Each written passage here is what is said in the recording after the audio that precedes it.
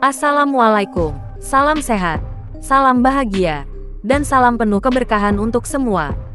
Kali ini Jejak Beksi akan mengulik silat tradisional Beksi Kongnur, untuk menambah wawasan dan pengetahuan kita semua.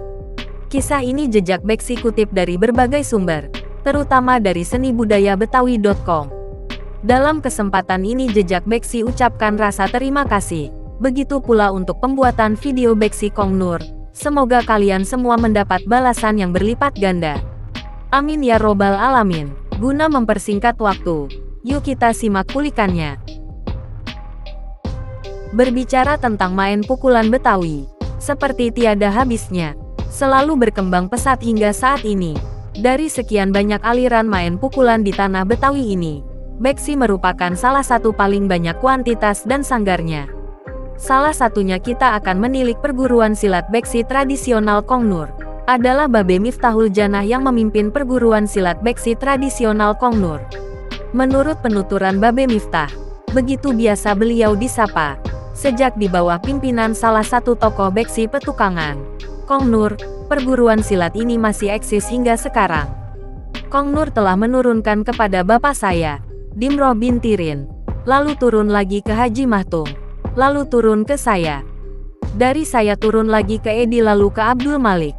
Saat Abdul Malik meninggal lalu balik lagi ke saya. Tegas lelaki berperawakan tinggi itu.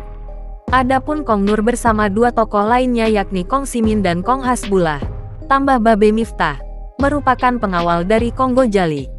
Saat Kong Gojali pergi ke Mekah, tiga tokoh Beksi ini belajar Beksi sekitar tahun 1928.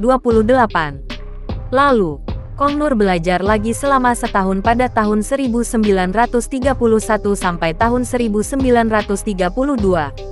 Saat itulah awal mula ada perguruan Beksi. Tapi saat gurunya pada meninggal, nama masing-masing gurunya dibikin perguruan. Ujar pelan tetapi penuh ketegasan. Seperti Beksi pada umumnya, perguruan silat ini juga memiliki 12 jurus dasar, dan tetap mengacu pada pakem yang ada. Dari 12 jurus dasar itu, terdapat 4 jurus utama yang namanya mengacu pada ciri khasnya gerakannya. 4 jurus ini tidak boleh berubah hitungannya, karena sudah ada pakemnya. Ujar Babe Miftah penuh tekanan.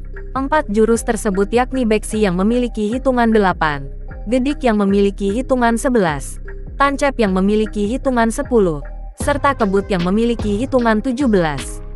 Babe Miftah menuturkan, perguruan silat tradisional Beksi Kongnur ini memiliki sebanyak 14 cabang di area Jabodetabek.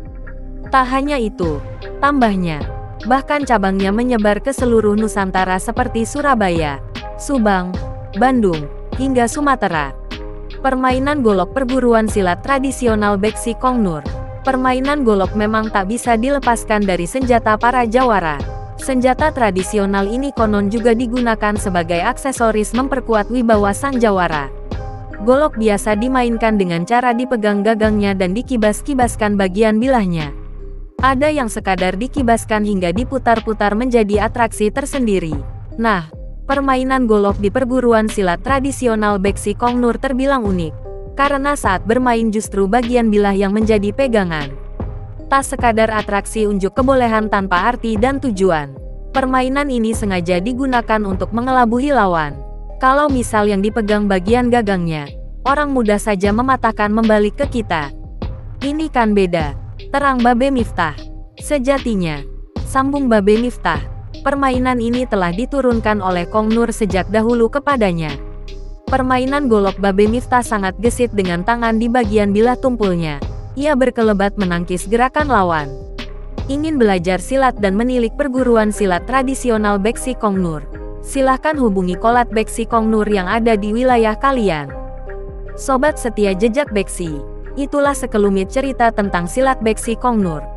Apabila ada kritik dan saran silahkan disampaikan di kolom komentar. Tapi ingat, yang belum subscribe buruan dah subscribe mumpung subscribe itu gratis. Wassalam.